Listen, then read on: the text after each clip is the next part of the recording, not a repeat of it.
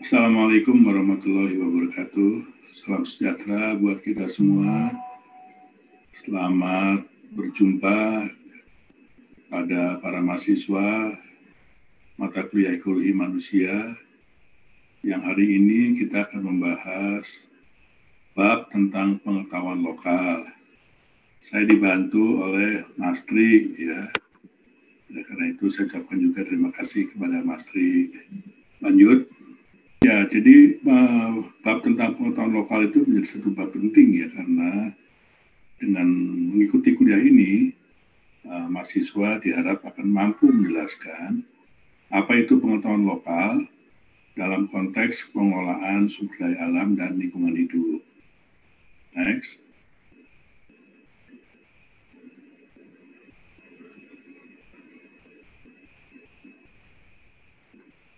Nah, ini ada sejumlah topik-topik ya, tema-tema yang nanti akan kita bahas. Pertama, apa itu traditional ecological knowledge ya? Apakah itu pengetahuan ekologis tradisional? Lalu perbedaannya apa dengan pengetahuan lokal dan ilmu pengetahuan? Lalu pengetahuan lokal dan pertanian ekologis ya, itu menjadi bahasan tersendiri. Lalu kita bicara tentang agroekologi, yaitu pendekatan pertanian berkelanjutan. Ya, lanjut.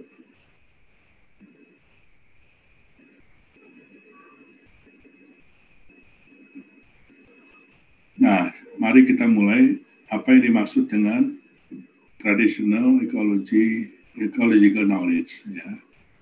Ini sebetulnya menjadi istilah yang berkembang luas itu baru sekitar tahun 1980-an begitu. Ya, walaupun sebetulnya praktek dari traditional ecological knowledge itu sudah setua umur masyarakat manusia itu sendiri, ya, yang mencoba menelaah bagaimana kaitan atau hubungan cara-cara manusia berhubungan dengan alam sekitarnya. Kemudian penelitian-penelitian sistematis ya, ihwal traditional ecological knowledge ini itu banyak dilakukan oleh para antropolog ya. Dan cabang antropologi yang fokus pada subjek penelitian ini itu disebut sebagai ethnoecology ya. Jadi satu ilmu yang mencoba atau konsepsi yang mencoba menggali konsepsi yang dimiliki oleh masyarakat atau budaya tertentu mengenai hubungan-hubungan ekologis.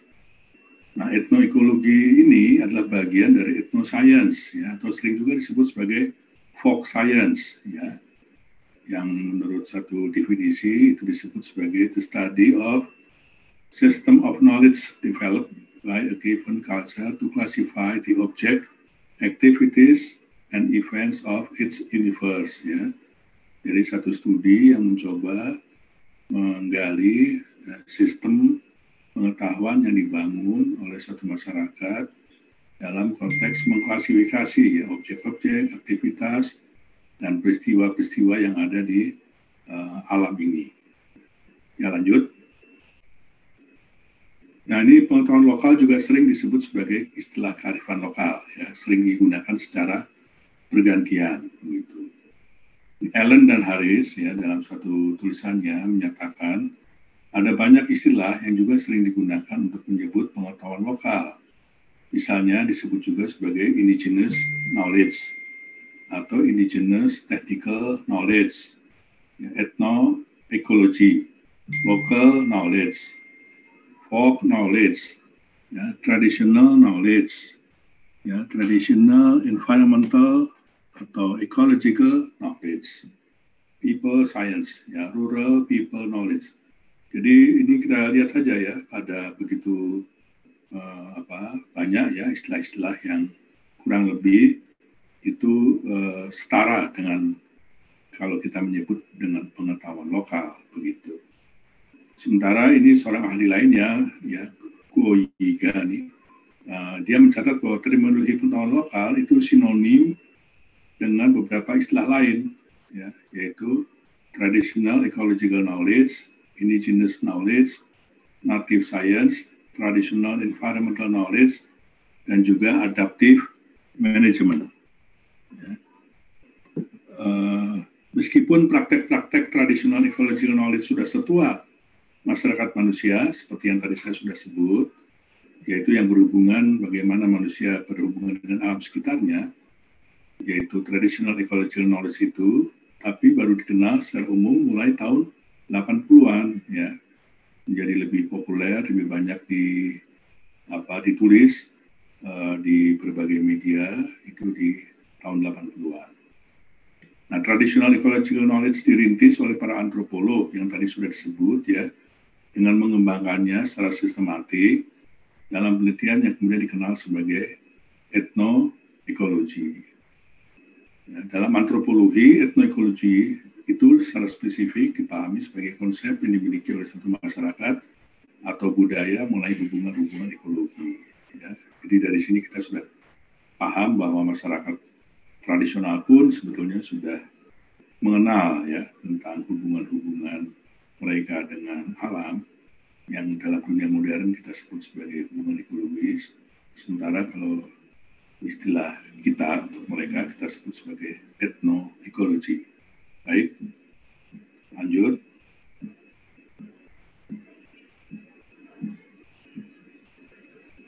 Nah, traditional ecological knowledge, ya, nanti sering disebut kita sebagai TEK tadi itu, ya.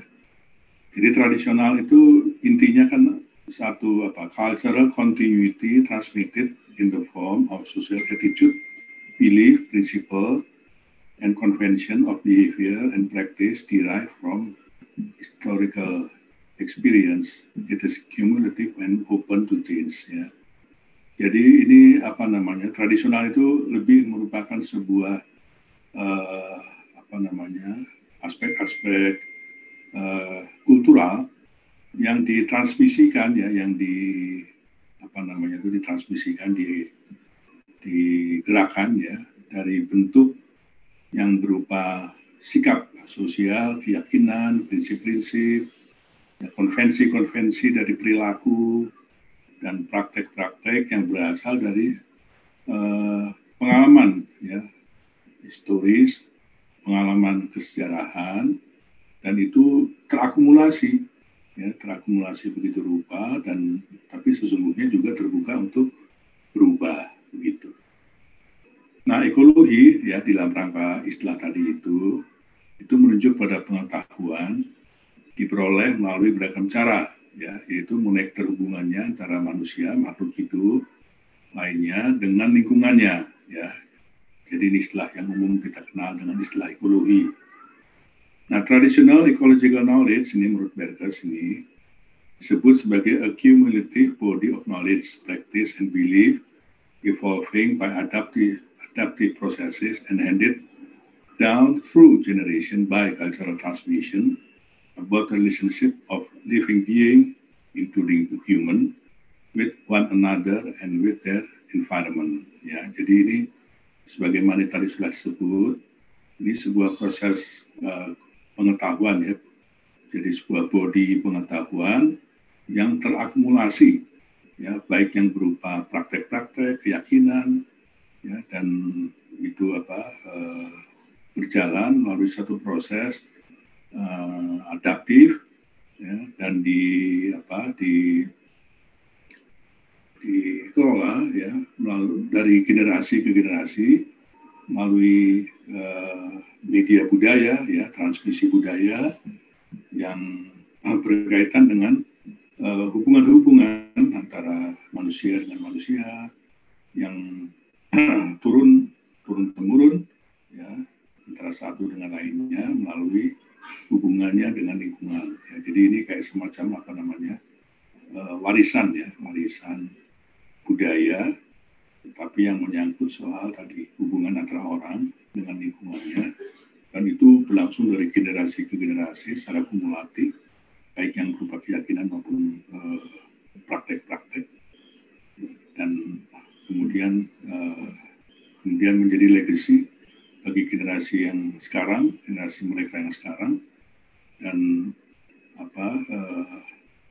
itu diturunkan melalui suatu proses budaya sebetulnya, ya, melalui edukasi, melalui proses-proses pengajaran, baik dalam tingkat keluarga maupun di masyarakat luas, begitu, ya, melalui kelembagaan-kelembagaan yang ada di masyarakat yang bersangkutan.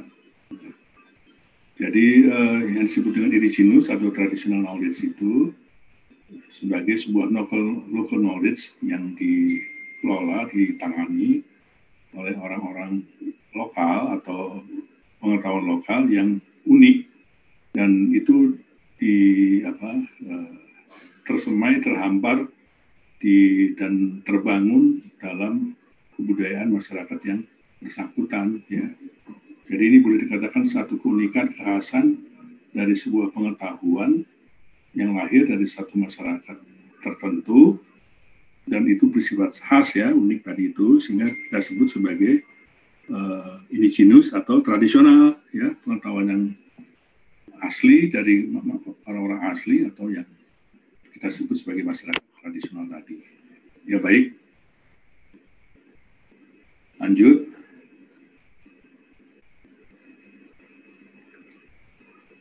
Nah, sehingga kalau kita coba pilah, ya, apa itu indigenous knowledge, ya, atau local knowledge dengan ilmu pengetahuan sains seperti yang kita jalani hari-hari di kampus itu, perbedaannya seperti apa. Jadi kalau di pengetahuan lokal itu sifatnya dominan kualitatif, ya. Mengapa? Ya tadi, karena sifatnya tercampur dengan hal-hal yang menyangkut spiritual, yang menyangkut penilaian moral, ya, yang menyangkut soal intuisi, gitu, ya. Maka disebut sebagai dominan kualitatif, ya. Beda dengan ilmu pengetahuan yang lebih mengandalkan kepada kapasitas dari panca indera yang dimiliki oleh manusia, ya. Jadi dia dia relatif terlepas dari aspek-aspek spiritual, moral, ya, batin, ya, sehingga kita sebut itu lebih condong sebagai sebuah ilmu yang dominan kuantitatif, ya. Nah, lalu yang kedua tadi disebut bahwa pengetahuan lokal itu masih mencampurkan aspek intuisi, ya. Jadi hal-hal yang tidak sepenuhnya berdasar pada rasio, tetapi pada perasaan, pada intuisi, pada aspek-aspek yang tidak dalam kapasitas yang saya sebut sebagai daya pikir, gitu, ya, yang lebih seperti itu. Beda dengan ilmu pengetahuan yang sangat mengandalkan kepada rasionalitas. Sementara pengetahuan lokal juga sifatnya holistik, artinya dia menyangkutkan banyak hal dari satu hal yang dia angkat sebagai pokok perhatiannya. Jadi misalnya saja kalau dia bicara tentang fungsi dari tanaman, pohon, misalnya begitu, ya, maka dia tidak hanya menyangkut soal kegunaannya dalam kehidupan sehari-hari manusia yang bisa digunakan sebagai kayu bakar, bisa digunakan sebagai tempat berteduh, yang bisa digunakan untuk membangun rumah, misalnya, ya. Tetapi juga seringkali disangkutkan tentang bagaimana pohon ini sebetulnya juga punya nilai-nilai yang sifatnya itu magis, ya, punya nilai-nilai yang sifatnya menyangkut soal keyakinan, ya. Ada yang menghuninya misalnya seperti itu, ya. Pokoknya segala macam aspek itu seperti terintegrasi, seperti melekat, ya, pada makna sebuah tumbuhan atau pohon tadi misalnya, ya, atau gunung atau danau atau apa saja, ya, termasuk hewan. Beda dengan ilmu pengetahuan yang sifatnya lebih reduksionis, ya.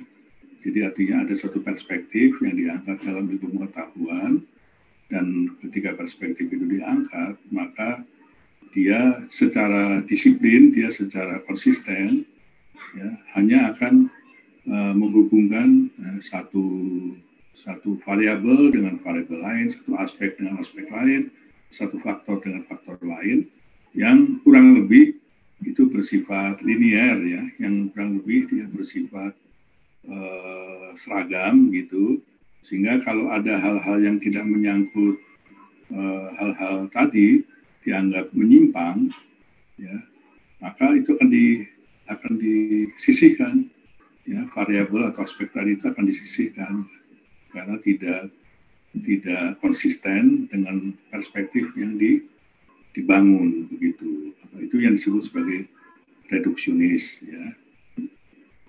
Beda dengan di mana tadi yang saya sebut tadi ya, sifatnya holistik ya, segala macam justru dicampurkan di dalam pengetahuan lokal. Perasaan dan fisik tidak dapat dipisah, sementara pada ilmu pengetahuan itu sangat dipisahkan. Ya. Lalu di dalam pengetahuan lokal, aspek yang gejala alam itu selalu dihubungkan juga dengan adanya penilaian moral tadi yang saya katakan tadi ya. Sebuah danau, sebuah tumbuhan, sebuah gunung, dan sebuah gejala alam lainnya itu selalu ditambahkan juga tentang nilai-nilai moralnya yang tersangkut di situ.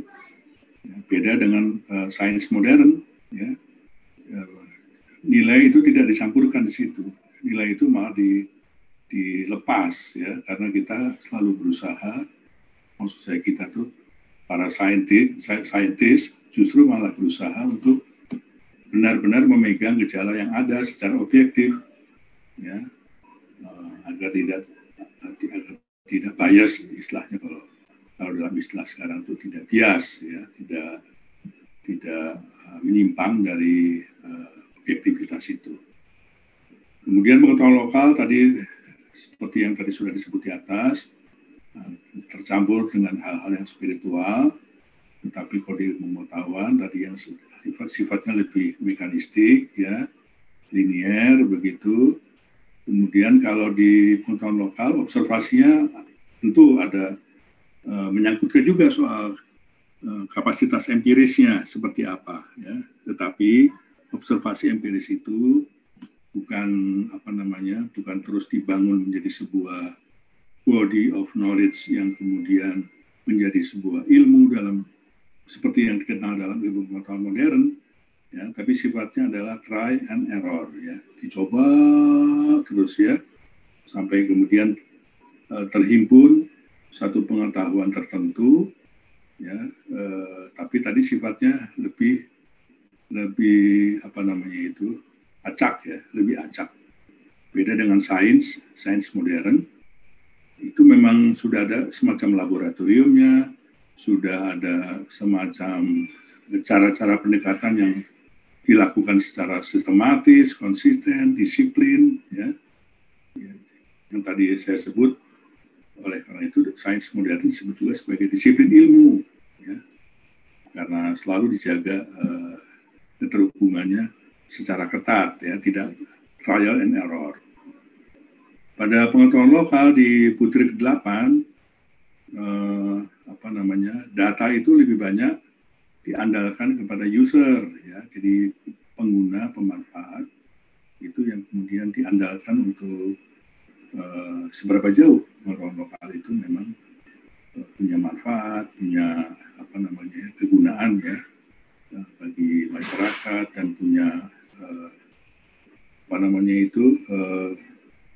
kalau istilah obat itu kemujaraban, ya. Jadi mujarabnya itu kayak apa? Itu diandalkan betul-betul pada user, penggunanya, tapi bukan oleh produser. Kalau misalnya di ilmu modern, ya, atau dalam hal ini oleh ilmuwan, spesialis.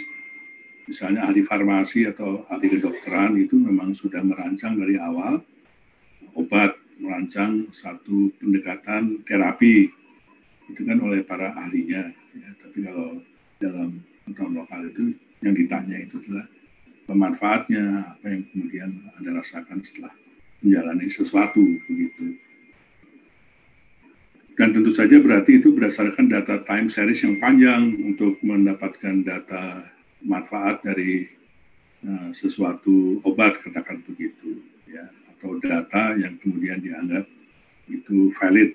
Ya, itu tentu memerlukan sebuah time series yang panjang. beda dengan ilmu pengetahuan, ya, yang bisa dilakukan secara sistematik, sinkronik, sehingga tidak sampai memerlukan data yang panjang. Ya, lanjut.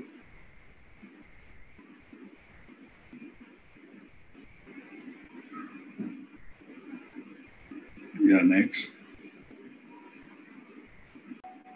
Ya, ini sudah tadi ya. Lanjut. Ya, sekarang kalau kita coba refleksi ya, kita coba dalami apa sih itu pengetahuan lokal, maka sudut pandang idealis terhadap pengetahuan lokal itu adalah pandangan lingkungan yang didasari oleh anggapan religius terhadap alam, tapi kemudian menghasilkan sikap yang bijak, bertanggung jawab, dan condong konservasionis ya. Itu karena tadi ya, jadi kalau pengetahuan lokal itu lebih melihat alam itu dalam perspektif yang religius ya, bukan semata-mata satu gejala objektif yang terlepas dari aspek-aspek batiniah, aspek moral, aspek apalagi tadi itu ya, pembatinan terhadap alam itu kuat begitu ya. Tapi ini kemudian melahirkan sikap yang lebih bijak di dalam melihat alam, tanggung jawab, dan condong lebih konservasionis. Dan sudut pandang ekologis terhadap pengetahuan lokal itu seringkali menganggap sebagai sebuah pandangan dinamis terhadap pengetahuan lokal dengan aspek-aspek sosial, ya, ekonomi, religius, serta berhubungan dengan sistem adaptasi masyarakat. Ya. Jadi pandangan yang holistik seperti ini tentu saja menyangkut banyak aspek kehidupan tadi ya. Artinya alam itu dipandang secara lengkap, baik itu sosial, ekonomi, religius, dan kemudian bagaimana masyarakat sebaiknya beradaptasi dengan alam yang memuat di dalamnya nilai-nilai religius tadi, selain nilai-nilai sosial, ekonomi, dan lain-lain, ya, gitu. Jadi dia lengkap sekali memandangnya, dan adaptasinya juga lebih berhati-hati, lebih harmonis, mencoba untuk jauh lebih selaras terhadap alam itu sendiri. Nah, adaptasi itu sendiri apa? Adaptasi itu sendiri pola-pola dan aturan yang diciptakan dalam rangka penyesuaian sosial, perubahan perilaku individual, kelompok manusia yang dilakukan selama perjalanan individu kelompok itu dalam merealisasikan tujuan atau sekedar status quo melalui penguasaan, kompromi, pemenuhan kebutuhan hidup, penciptaan strategi adaptasi. Ya. Jadi sebagai lawan adaptasi itu kegagalan mengadaptasi atau disebut sebagai maladaptasi. Oleh karena itu adaptasi sebagai proses penyesuaian, maka dia selalu berusaha membangun ya, pola-pola aturan yang dianggap bisa paling selaras, ya, paling sesuai ya, dengan alam, ya, sehingga dengan begitu perilaku manusia atau kelompok manusia lebih diarahkan kepada penguatan status quo yang ada. Ya, jadi kalau toh dia ingin berhubungan lebih intensif dengan alam, itu sifatnya lebih penciptaan strategi adaptasi. Jadi bukan penguasaan dalam pengertian menundukkan alam seperti manusia-manusia modern ya, tetapi intensitasnya itu lebih kepada usaha menciptakan keselarasan, keserasian dengan alam, ya, lebih kompromistis ya, terhadap alam sekitar, ekosistem sekitar, ya, agar kemudian masyarakat dengan alam sifatnya adaptif, menghindari maladaptasi, begitu kurang lebih. Ya, next. Nah, akar perhatian terhadap pengetahuan lokal ini menurut seorang ahli, Cullen ini tahun 2000, ini didorong oleh rasa kegelisahan terhadap kemampuan ilmu pengetahuan modern untuk memahami kenyataan yang kompleks. Nah, ini ada disebut dengan paradigma Kartesian nih. yang mendasari pengetahuan modern itu dirasakan tidak memadai lagi ketika mencoba untuk menguak itu membongkar rahasia alam itu seperti apa sih begitu. Ini keprihatinan ini disebabkan oleh karena ilmu pengetahuan kemudian tersekat-sekat kadang-kadang sampai begitu fragmentaris terbelah-belah begitu menjadi disiplin-disiplin ilmu yang satu sama lain tidak saling berinteraksi secara holistik secara transdisiplin yang ketat begitu tapi betul-betul sebagai disiplin dia berdiri sendiri seolah-olah dia otonom untuk masing-masing disiplin itu. Lalu yang kedua juga ilmu pengetahuan modern itu sering berangkat dari cara berpikir bahwa manusia dengan alam itu terpisah secara tegas alam itu atau satu entitas tersendiri, manusia itu entitas yang tersendiri sehingga akibatnya ada gap antara entitas manusia dengan alam begitu. Nah, itu dilanjutkan dengan tadi pemisahan tegas antara subjek dengan objek, lalu alam sering dianggap sebagai objek dan manusia sebagai subjeknya. Demikian juga budaya yang terbangun itu sering dianggap sebagai independen, otonom, hasil kreasi manusia berupa iptek, dan itu terpisah dengan alam itu sendiri. Dan ketika akhirnya muncul sebagai ilmu-ilmu, maka antara ilmu budaya dengan ilmu alam terjadilah gap, begitu rupa, sehingga akhirnya pemahaman terhadap alam itu lebih tersudut menjadi objek semata begitu. Sementara manusia seperti berkembang menjadi subjek yang otonom begitu. Ada terpisahnya tadi itu antara ilmu budaya dan ilmu alam begitu. Nah, inilah yang salah satu keprihatinan dari para ahli antropologi terhadap ilmu pengetahuan modern yang kemudian membuat mereka kemudian mencari atau menggali perhatian terhadap pengetahuan lokal. Lanjut.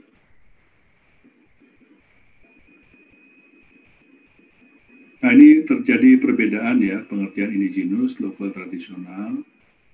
Apa sih sebetulnya itu masing-masing itu? Ini tentu saja debat ini sampai hari ini sebetulnya masih tetap berlangsung, tapi intinya indigenous atau natif atau aboriginal itu knowledge itu lebih menekankan kepada keaslian dan yang mempertentangkan yang asli dan yang tidak begitu. Jadi di sini ada unsur konotasi politiknya yang digunakan penduduk untuk mengidentifikasi diri dalam memperjuangkan hak-hak mereka terhadap negara. Jadi ketika masyarakat itu terbentuk menjadi sebuah negara modern, maka ada kelompok masyarakat yang kemudian seperti tersisih, seperti tersudut karena dianggap terbelakang, karena dianggap masih miskin, buta huruf, dengan segala label-label yang negatif. Nah, akhirnya mereka berjuang untuk mendapatkan haknya, untuk mendapatkan ruang hidupnya, untuk mendapatkan ruang politiknya, dan antara lain lalu digunakan istilah indigenous, indigenous sebagai usaha mempertentangkan yang asli dengan yang tidak. Dan yang indigenous ini kemudian dinyatakan sebagai masyarakat lokal yang lebih mampu untuk hidup harmonis dengan alam. ya, dibanding dengan masyarakat modern yang saya sebut lebih terpisah, ya, memandang lebih terpisah antara manusia dengan alam. Begitu. Dan ini juga sekaligus sebagai usaha untuk membendung dominasi negara terhadap masyarakat lokal yang dianggap tadi itu terkebelakang, ya, terasing, yang masih harus diedukasi dan seterusnya. Ya. Nah, oleh karena itu istilah indigenous di sini mungkin sebagai istilah yang tidak terlalu tepat digunakan dalam konteks yang seperti ini. Ya baik. Lanjut. Nah, kalau lokal mungkin istilahnya lebih netral, ya, karena tidak sampai kepada beraroma politis, ya. Namun begitu, ya, dengan istilah lokal ini tidak mengutarakan perbedaan kualitatif yang melekat pada pengertian knowledge. Ya. Sementara kalau tradisional itu sering disebut sebagai memberi kesan statis, ya. Jadi kalau kita menyebut tradisional, biasanya lawannya modern, ya. Kemudian tradisional itu diberi label sebagai suatu cara berpikir, suatu perangkat norma yang kemudian menjadikan kelompok manusia pengusungnya itu terkesan statis, ya, lebih banyak merujuk pada masa lalu yang tidak ingin diubah, yang tidak ingin digeser makna pengertiannya, ya, dari waktu ke waktu, ya, seolah begitu. Ya, lanjut. Nah, komponen-komponen dari istilah-istilah tadi itu, ya, tradisional maupun pengetahuan lokal, ini antara lain itu menyangkut soal pengetahuan mengenai beragam spesies dan klasifikasinya. Dan itu kemudian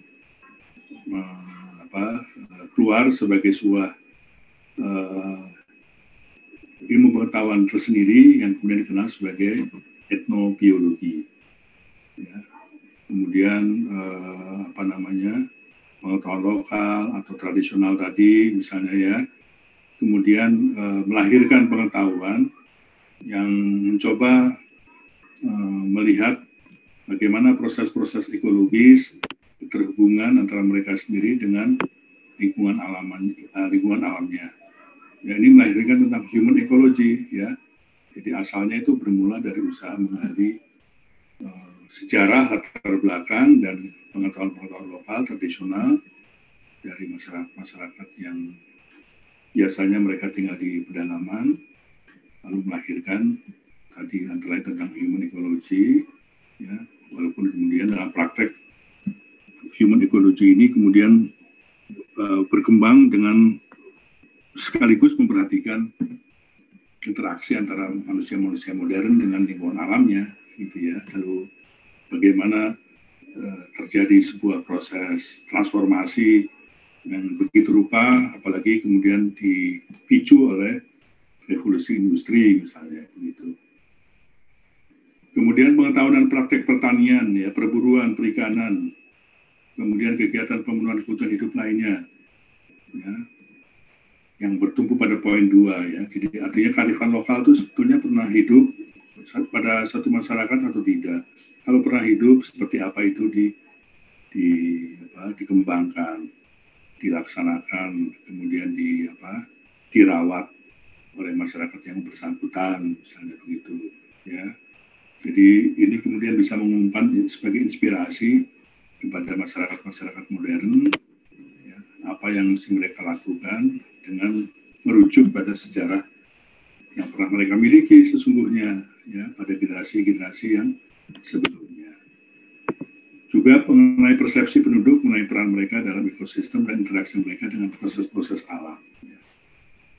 Jadi ini juga menjadi satu bagian yang penting dalam melihat, ya, pengetahuan-pengetahuan tradisional lokal, kalau dihubungkan konteksnya dengan dunia modern sekarang, sehingga misalnya Anda mengenal adanya pertanian organik, ya. pertanian organik itu pertanian yang berusaha untuk menggunakan sesuatu yang sifatnya tersedia di alam, ya, jadi tidak melalui satu pengubahan rekayasa teknologi. Nah, itu tentu biasanya mereka akan merujuk, ya, pada generasi-generasi sebelumnya, bagaimana cara nenek moyang mereka bertani dan sebagainya, lalu dicoba diadaptasikan, di-adjust, ya, disesuaikan dengan dunia modern yang sekarang mereka sedang jalani, begitu. Ya, lanjut.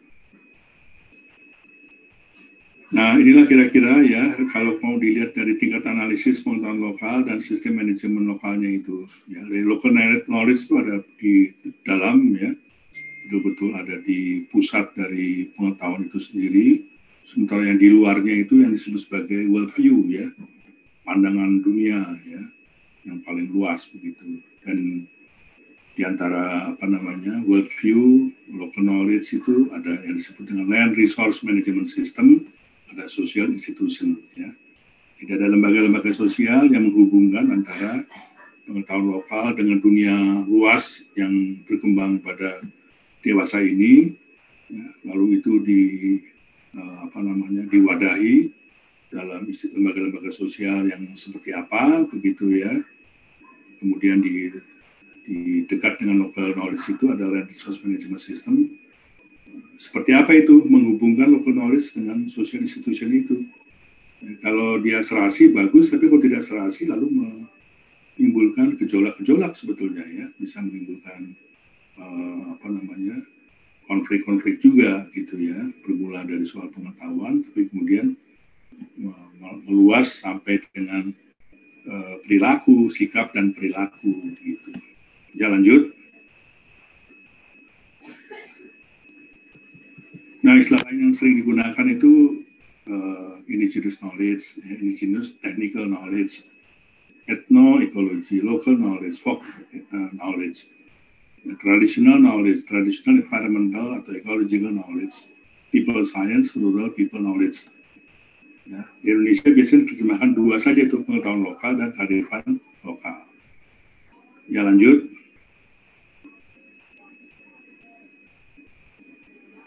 Jadi kalau indigenous knowledge itu tekanannya pada lokal, ya, lokal. Jadi berakumulasi dari pengalaman penduduk di suatu lokasi, sehingga pengetahuannya itu sifatnya lokal, spesifik dan kontekstual dengan ekosistem yang ada di situ, ya, maka disebut sebagai lokal.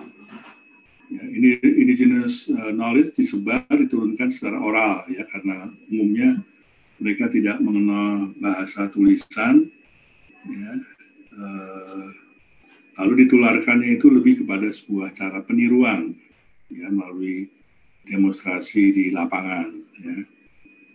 Atau kalau toh mereka sudah mengenal secara tertulis, ya akan ditulis secara permanen sehingga mudah ditransfer, ya.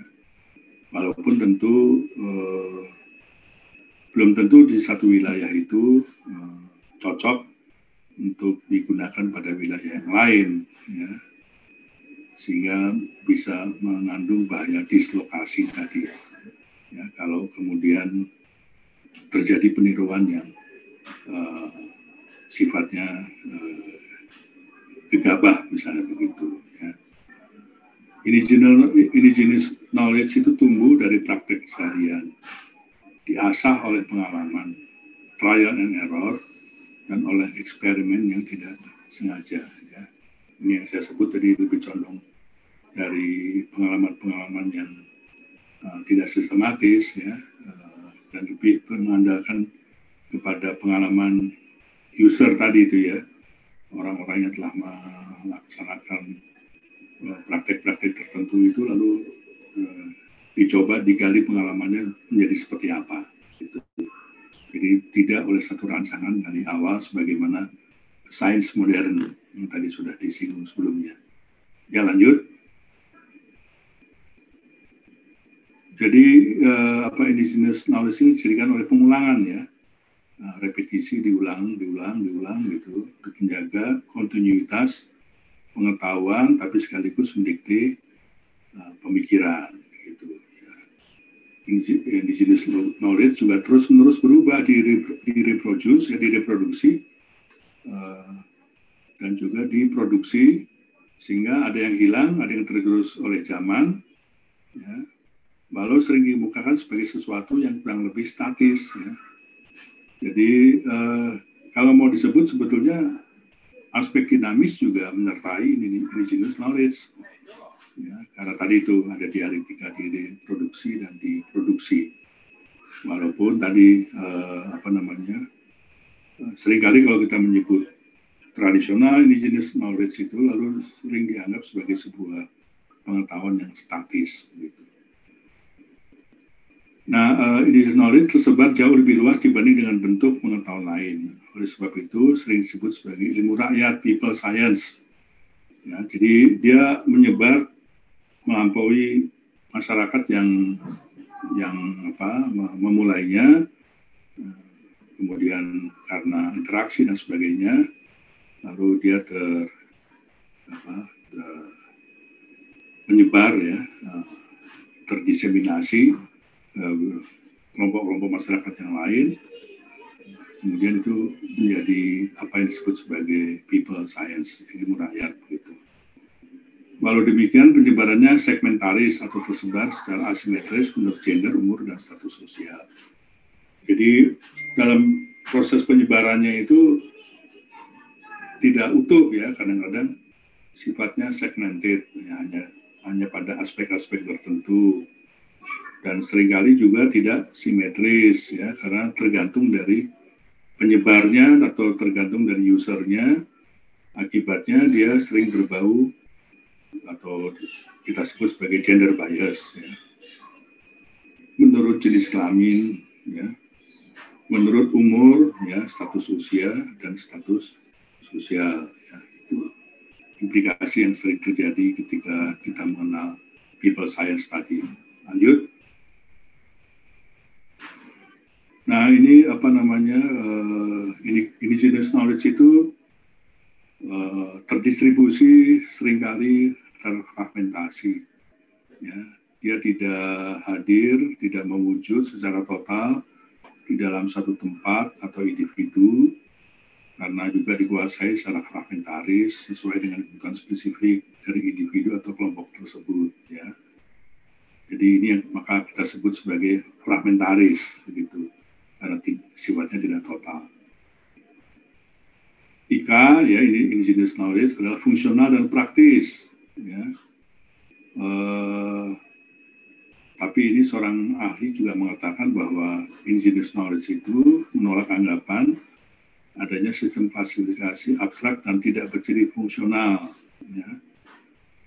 Karena secara esensi justru indigenous knowledge itu adalah fungsional dan bertujuan sebagai know-how, ya, sebagai satu alat instrumen untuk mengabdi pada tujuan praktis. Ya, itu inti atau esensi dari IK, ya, sebagai know-how. Ya. Jadi dia betul-betul lebih diarahkan, difokuskan kepada tujuan-tujuan praktis. IK berciri holistik, integratif dan bagian dari tradisi budaya yang lebih luas. Yang teknis tidak dapat dipisahkan dari yang non-teknis, yang rasional dari yang non-rasional. Saya kira tadi sudah disebut, ya, dia sifatnya kualitatif, yang menyangkutkan di situ intuisi, menyangkutkan di situ norma, menyangkutkan di situ tentang religious value, ya. Sehingga kita sebut sebagai holistik, integratif, dan bagian dari tradisi budaya yang luas. Lanjut. Nah, sejarah panjang integrasi paksa dari banyak masyarakat lokal ke dalam kekuasaan negara dan ekonomi global. Ya. Ini kalau kita lihat dari gambar ini, maka akan terlihat bagaimana mitologi tentang adat, ya, hukum adat hidup di dalam harmoni dengan lingkungannya, ya, tetapi kemudian karena ada proses-proses permukiman kembali, ya, resettlement program permukiman kembali, lalu justru yang terjadi justru malah proses pemiskinan ya, proletarisasi ya, dan secara budaya mengalami represi ya, karena sebetulnya mereka punya tata hidup yang tersendiri, punya tata budaya, tatanan sosial tersendiri, tetapi karena sering distigma sebagai kelompok masyarakat yang terbelakang, miskin, bodoh, dan seterusnya, kemudian masuk dalam program pemerintah negara modern dengan program resettlement, tapi sesungguhnya kan apa yang terjadi di situ, kalau dari kacamata budaya, ini kan ibarat sebuah cultural repression ya, sebuah represi budaya yang dilakukan dengan cara-cara paksaan. Dan definisi tentang lingkungan alam itu, ya, tentang ekosistem, tentang natural resources itu, kemudian hanya dilakukan secara sepihak, yaitu oleh sumbernya, yaitu negara. Sementara masyarakat yang punya definisi tersendiri tentang sumber-sumber daya alam itu menjadi tersisih, ya, bahkan tidak diakui begitu. Nah, inilah kemudian yang terjadi di dalam proses-proses kolonialisasi, kolonialisme, ya. Inilah yang kemudian yang terjadi kepada keprihatinan dengan program-program resettlement, program-program penyebaran agama yang dianggap menjadi lebih sah ya di mata negara begitu, tapi sesungguhnya berakibat kepada penekanan secara represif ya, dan mencabut mereka ya dari ekosistemnya, dari ruang hidupnya ya, atau yang kita sebut sebagai livelihood spasial ya, sehingga menjadikan mereka menjadi kelompok marginal ya, kurang lebih seperti itu ya. Baik, lanjut.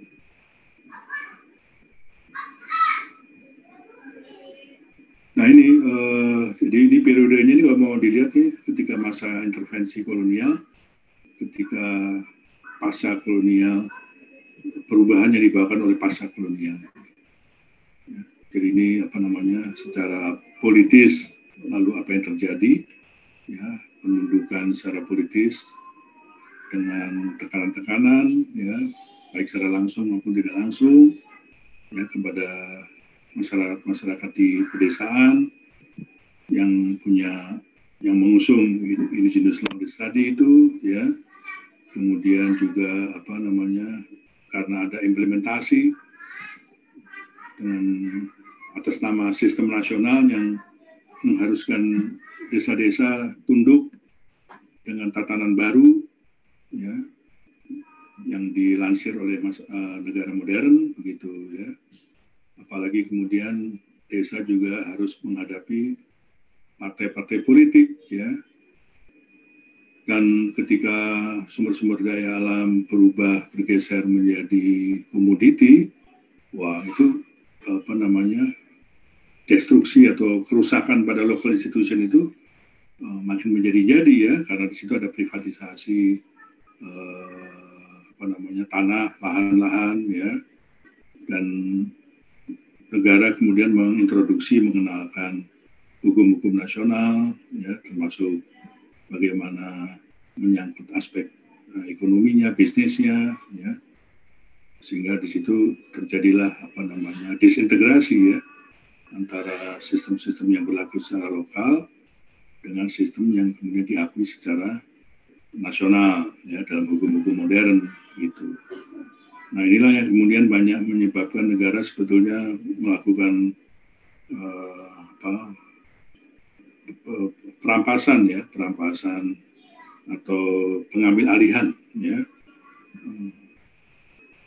sumber-sumber daya lokal ya, dan kemudian diatasnamakan dengan nama-nama tertentu, apakah itu Taman Nasional, apakah itu namanya HGU, ya, hak guna usaha, atau untuk wilayah pertambangan, ya, jadi semacam konsesi-konsesi untuk para investor, atau atas nama wisata, ya,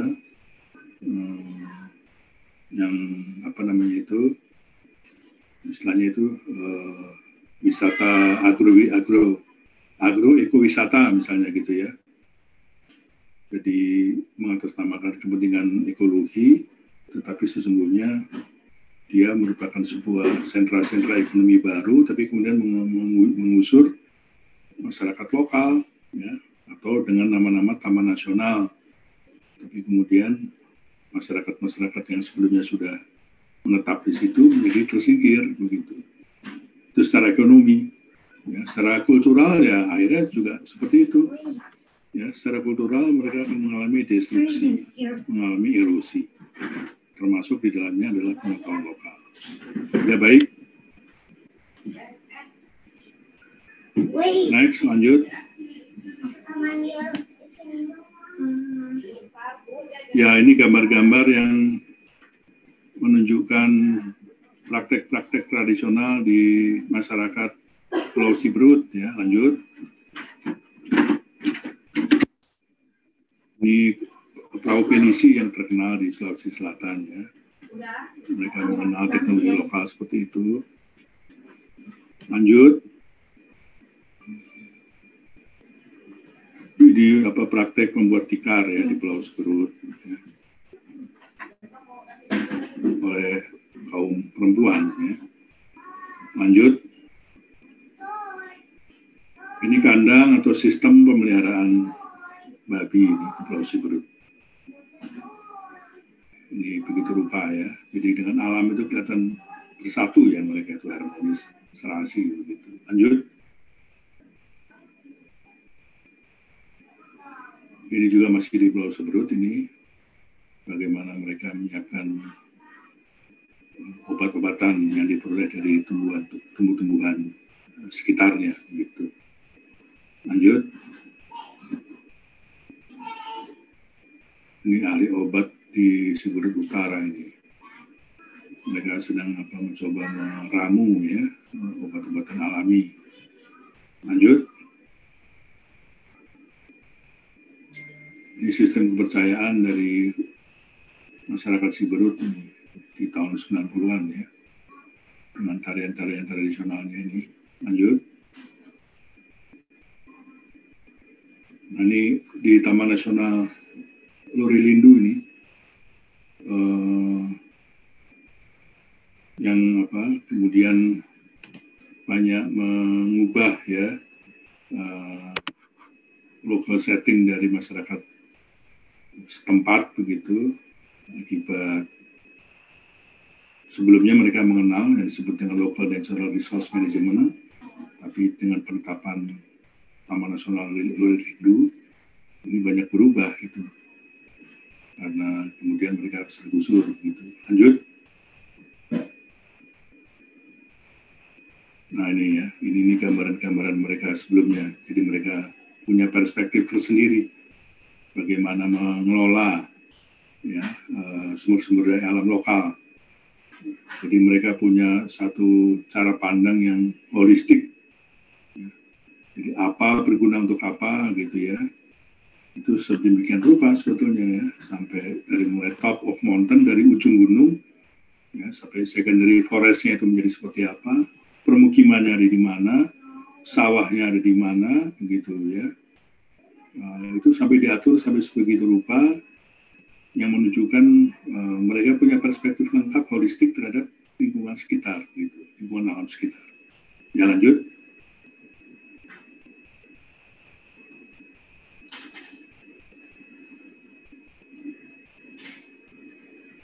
Ya, masyarakat ekosistem dan masyarakat biosfer. Ya, jadi kalau kita sebut ada penduduk dengan ekosistemnya itu, maka itu kan artinya masyarakat yang hidupnya tergantung dari ekosistem di mana mereka hidup. Ya. Tapi kalau kita sebut ada masyarakat biosfer, itu masyarakat yang memiliki seluruh jagat raya atau biosfer yang mendukung kehidupannya. Ya, jadi seluruh lingkungan alam itu betul-betul dimaknai ya sebagai unsur-unsur yang mendukung kehidupan. Gitu. Kerusakan ekosistem lokal akan berarti malapetaka bagi kategori penduduk ekosistem karena ketergantungan yang tinggi pada ekosistem lokal. Namun kerusakan ekosistem lokal tidak akan mengakibatkan kegoncangan pada masyarakat penduduk biosfer, ya, karena penduduk ini memiliki keseluruhan biosfer. Ini barangkali perbedaannya ya antara masyarakat ekosistem dengan masyarakat biosfer. Ya, lanjut. Nah, sekarang kita mengenal istilah agroekologi ya, pendekatan pertanian berkelanjutan. Ini satu istilah yang pada akhir-akhir ini menjadi sangat populer ya, karena dengan agroekologi itu dianggap sebagai sebuah alternatif pertanian baru ya, alternatif agriculture. Jadi any approach to farming that attempt to provide sustained yields through the use of ecological sound management technologies. Strategies rely on ecological concepts such that management result in optimum recycling of nutrients and organic matter, close energy flows, balance pest population, and enhance multiple use of the landscape. Jadi ini satu pendekatan pertanian yang menyediakan sebuah manajemen teknologi yang sifatnya ekologis ya. Strateginya juga sangat mengandalkan kepada konsep-konsep yang ekologis. Ya. Oleh karena itu, aspek-aspek organik itu menjadi hal yang diandalkan dalam proses manajemen itu. Ya, dan mereka dekat dengan yang disebut dengan close energy flows. Ya. Jadi artinya bagaimana sumber daya alam, sumber daya lokal, ya, energi lokal itu digunakan secara begitu serasinya, sehingga antara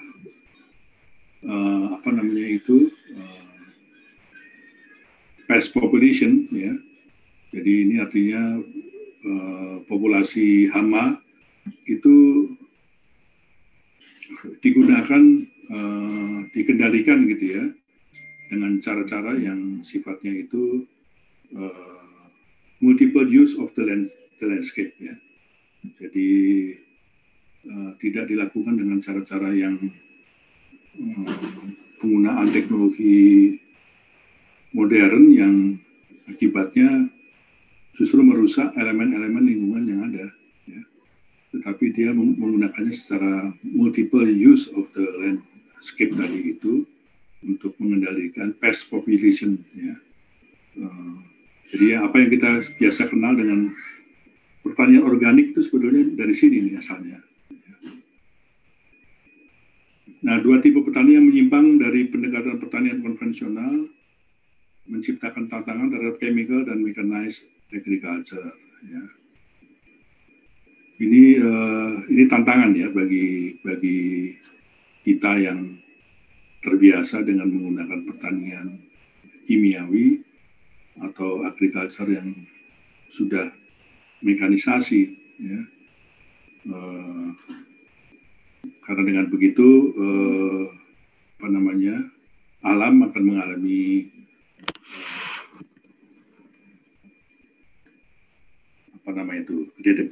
degradasi ya, penurunan kualitas ya, apabila petani kemudian banyak menyimpang ya dari kemampuan dari sumber daya alam itu sendiri.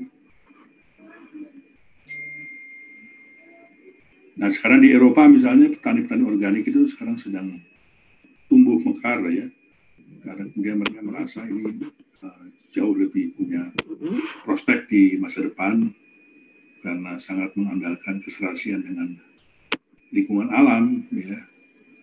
Di dunia ketiga juga sudah mulai muncul itu ya, hal-hal yang sama seperti itu untuk kembali kepada pertanian-pertanian organik ya, dengan definisi alternatif agriculture tadi itu. Ya, lanjut.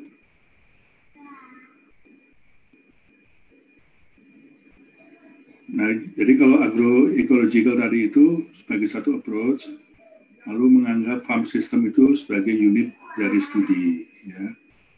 Jadi sistem farming itu kan kompleks ya, dari hulu sampai hilir itu ada tahap-tahapnya, dan itu dianggap sebagai satu unit studi. Ya, di dalam farm system ini proses-proses mineral cycles, energy transformation, biological processes, and socio-economic relationships itu dipelajari sebagai satu kesatuan. Ya. Jadi siklus-siklus mineral, energi, transformasi energi ya, proses biologis dan sosioekonomik itu tidak terpisah secara fragmented, secara segmented, tapi dia satu fungsi yang fungsional, ya. Satu unit yang fungsional begitu. Sehingga tujuan studi bukan untuk meningkatkan produktivitas suatu komoditi, tapi untuk mengoptimalkan kerja agroekosistem secara keseluruhan. Nah, itu yang perbedaan antara agroekologi dengan pertanian modern. Kalau pertanian modern lebih kepada usaha meningkatkan produktivitas, tetapi seringkali abai terhadap daya dukung alam itu sendiri. Ya, sementara kalau agroekologi justru mengoptimalkan kerja agroekosistem secara keseluruhan. Ya, sehingga kemampuan dia untuk sustain, untuk berlanjut, tentu lebih menjanjikan. Ya, lanjut.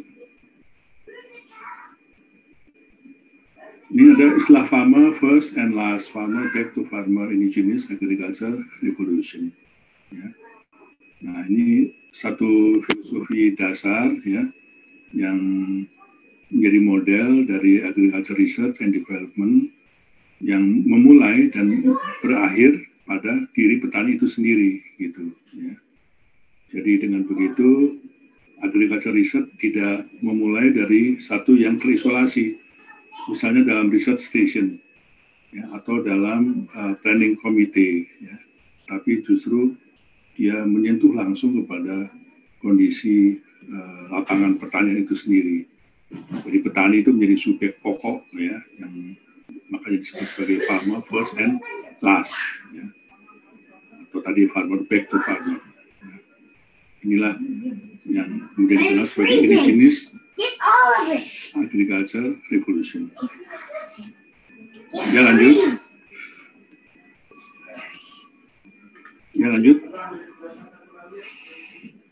Oh, sudah selesai.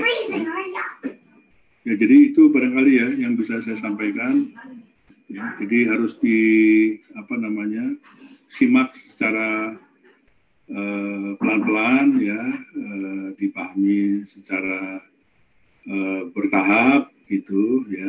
Lalu dari situ barangkali nanti Anda akan mendapatkan pengetahuan lebih utuh, dilengkapi nanti juga dengan praktikum barangkali ya, itu akan Anda bisa menemukan kesatuannya yang lebih utuh begitu.